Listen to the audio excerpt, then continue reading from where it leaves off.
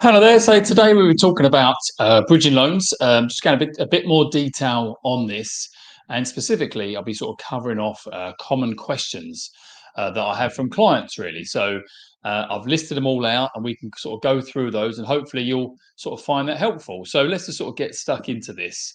Um, bridging loans, obviously, as a business, we're a broker. Our job as a broker is to understand what the client's looking for, and search the market and find them a solution for it. So we're a broker, we're not a lender, and so we're here to find the most suitable deal for yourselves. How does it all work? And common question. So the most common one I get is, how much can we borrow? So this depends upon many factors. So, for example, you've got the property value. Depending upon the property value, some lenders do have minimum property values that they'd be looking at. You've also got to consider the amount of deposit that the clients will be putting down, as well as the amount of equity that's in the property if you're refinancing. The experience as well of the person applying for this. So, as much as we've got lenders that will accept first-time buyers, as well as experienced landlords, that will play a part in relation to how much you can borrow. Also around the property type. So if it's residential, a house, for example, or whether it's commercial, like an office block, again, that will have an impact. And the overall project itself, what sort of work is involved? Is it a light or a heavy refurbishment? So if it's light refurbishment, that will be a new sort of kitchen or bathroom, for example, being installed. Whereas if you're looking at heavy refurbishment, this could be, rear side extensions. This could be converting from a house into a HMO, for example. A lot more sort of structural changes in that scenario. But to give you a very idea of what sort of appetite lenders have and what sort of loan sizes they're able to lend on projects, some lenders can lend as low as £50,000, up to the top end of about sort of 25 million. So quite a range there, really. What sort of deposit is needed? So if we look at a purchase, for example, typically the deposit I see on the transactions is around 30 to 35% is the deposit that's needed. So this is typically where the monthly payments are rolled into the loan. So the actual borrower doesn't make the monthly payments; they're actually added into the loan. So in any situation, you're looking at a 30 to 35% deposit. If you did want to be able, and you're in a position where you can afford the monthly payments, and therefore you pay them as you go every month, in that situation, because the debt won't be increasing, you could possibly borrow up to 75% of the property value. So therefore, be a 25% sort of deposit you're looking at. But it's also definitely worth noting that if you've got additional security, we can use them in the deal itself, and by cross charging, you could borrow more money. So let's sort of dive into that, because I know that's the next slide. What is cross charging? So let's sort of give you an example. Let's say you're buying a property, and on the purchase you're looking to the property you're looking to buy, you've got a deposit of sort of 30% you're putting down. However, you've also got a buy to let property in the background. Let's say that's worth, say, 400,000, and there's no mortgage on that. The lender could put a charge on that buy to let property as well. So collectively, you could actually borrow 100% of the purchase price by using the security, the one you're buying, and also putting a cross charge on the property that you already own. So that can really sort of maximize the borrowing that you're looking to achieve. Maximum sort of loan to value. I sort of touched upon that already. You're looking at sort of 75% of the property value. But obviously, if you want the payments rolled into the loan, day one, you actually get less than that. You actually get about 65%, for example, day one, because the payments are rolled into the loan up to 75% of the purchase price, for example. So there is obviously a few sort of variables to be aware of in that situation. But another little point here is, if, for example, you're buying a property and you're doing a bit of refurbishment work, etc., to it, and the numbers work really well, the lender will possibly give you an extra 10%, which is towards the refurbishment costs. And they would release that on the day of completion. So, overall, you could then be looking at 85% overall in that situation, really. 75% of the property value, and an extra 10% towards the refurbishment costs.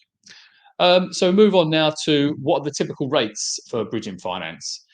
This depends upon many factors, property type, the project itself, all the works and that are involved, the client's experience, how much you're borrowing, deposit equity, and obviously a credit profile will be important as well.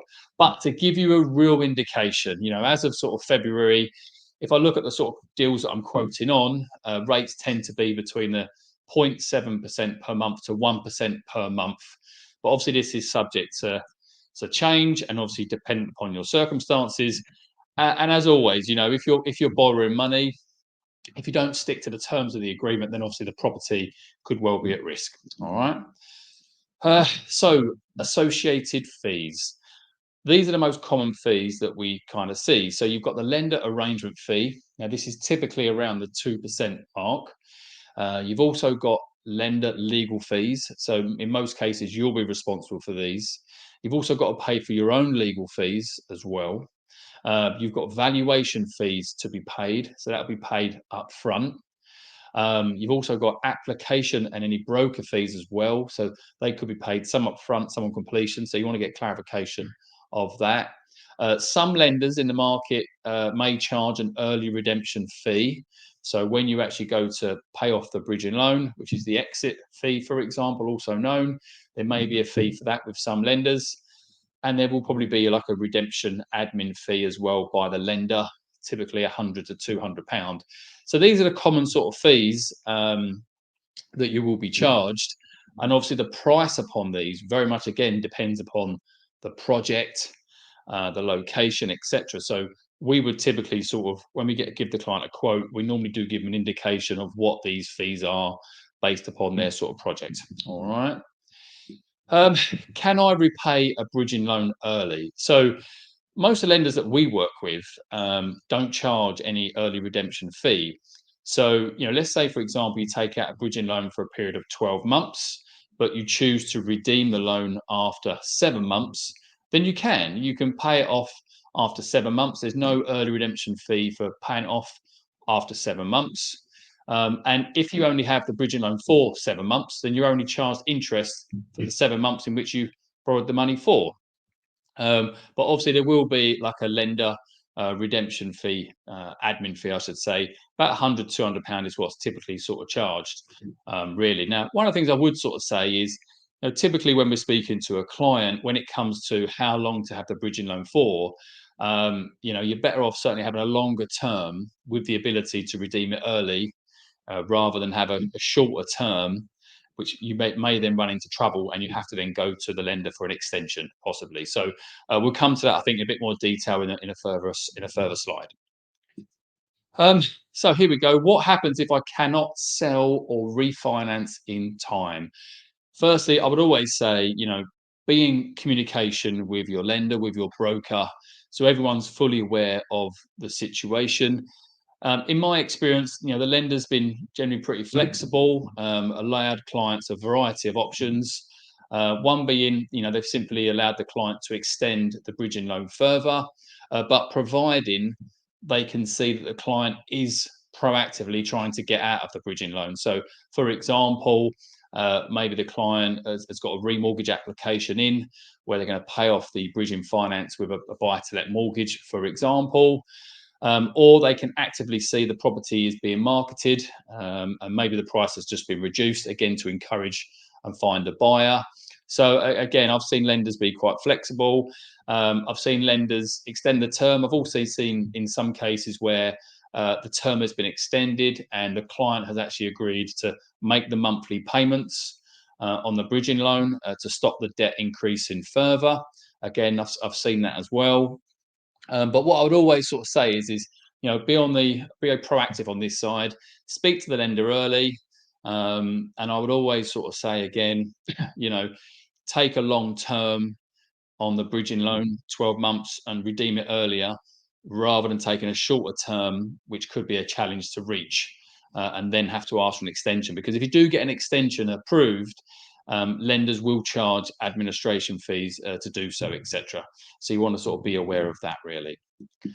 How quickly can a bridging loan be arranged? So, one of the main plus points with bridging loans is the speed at which they can be arranged. Our typical goal is to get a completion within a month. We've certainly been a lot quicker than that. But the key here is to have all the parties involved being really proactive. So that's your broker, the lender, the valuer. Can you get a value in there really quickly and get the report back? And your solicitor and the lender solicitor really working well together, being proactive.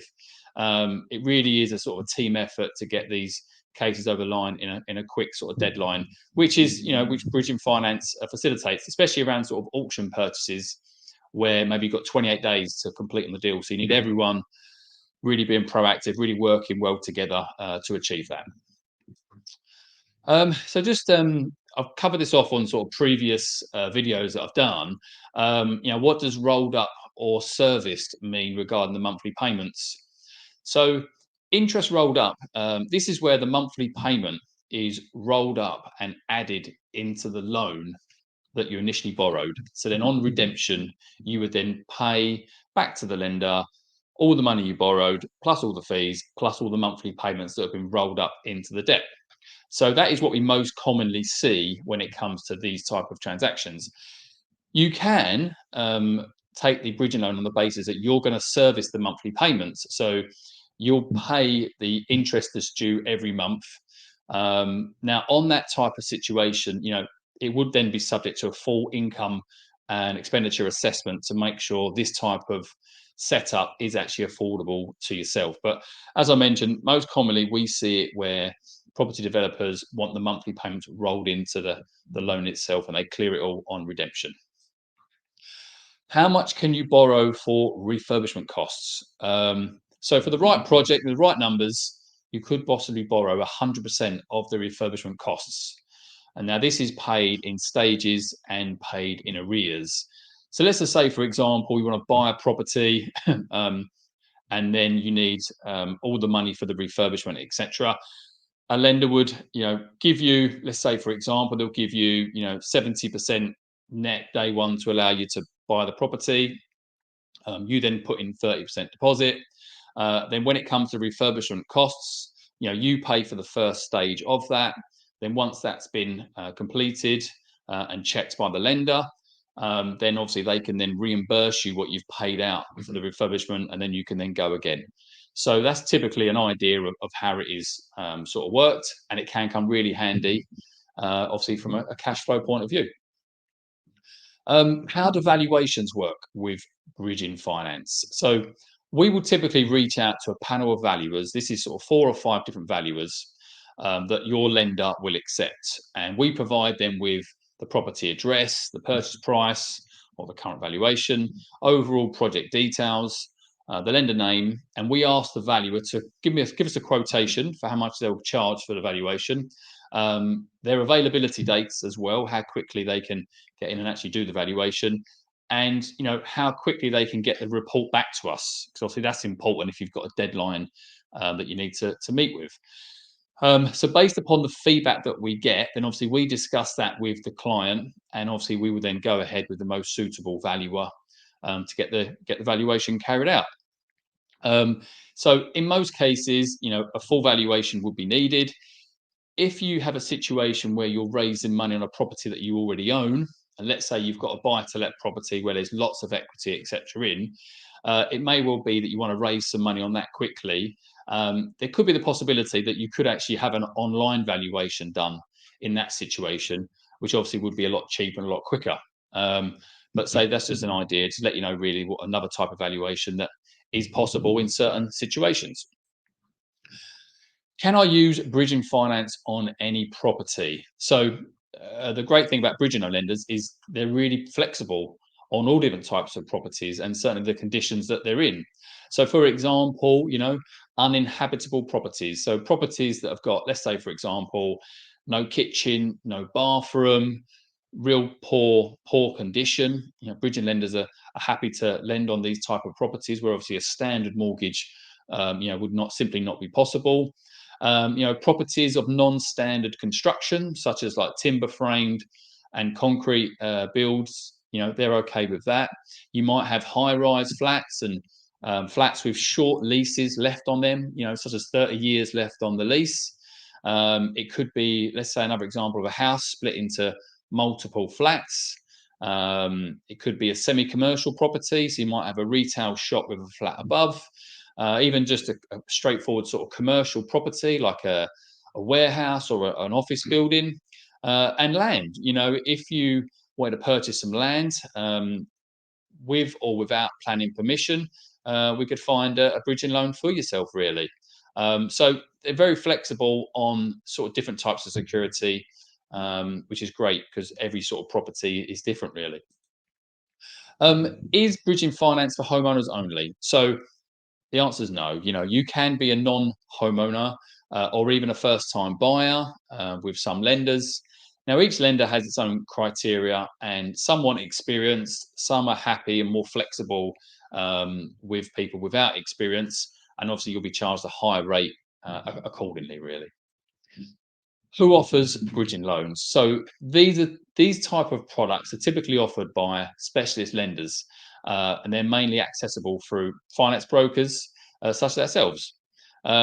There's lots of lenders out there. They've all got different criteria, minimum loan sizes, maximum loan sizes, their type of clients that they want to work with, etc., the type of properties they will allow on their product range, etc. And obviously, this is where people use brokers for us to understand the project, understand your goals, and us to go and find a lender that can help you achieve those goals. So I've gone through quite a lot of obviously typical sort of common questions there that we have from clients. Hopefully that's been helpful. And if I can help with anything, please get in touch. Thank you.